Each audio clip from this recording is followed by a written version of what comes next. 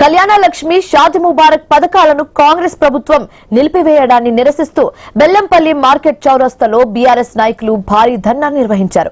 మాజీ ఎమ్మెల్యే దుర్గం చిన్నయ్య ఆధ్వర్యంలో జరిగిన ఈ రాస్తారోకోలో పోలీసుల ఆంక్షలను ధిక్కరించి బీఆర్ఎస్ శ్రేణులు నిరసన సాగించాయి. ప్రభుత్వ నిర్లక్ష్య వైఖరి వల్లే పథకాల అమలుపై హైకోర్టు స్టే విధించిందని చిన్నయ్య ఆరోపించారు.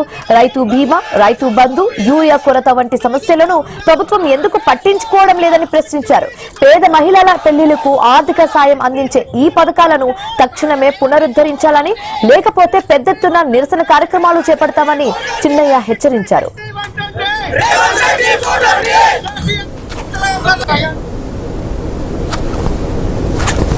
కళ్యాణ లక్ష్మి, షాదీ ముబారక్ కూడా ఒక గొప్ప సంక్షేమ పథకాన్ని ఈ పేద ప్రజలకు అందించడం జరిగింది.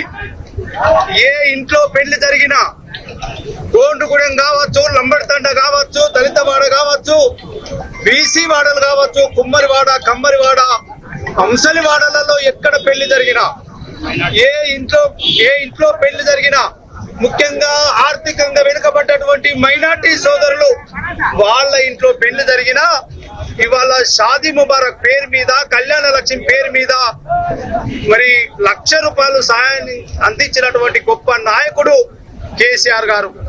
అంతేకాకుండా రైతులకు ఇవాళ రైతు బంధు కావచ్చు, రైతు బీమా కావచ్చు, ఈ విధంగా ఎన్నో సంక్షేమ పథకాలు ఈ రాష్ట్రంలో ఉన్నటువంటి పేద బిడ్డలందరికీ కూడా అందించినటువంటి గొప్ప నాయకుడు కేసీఆర్ గారు.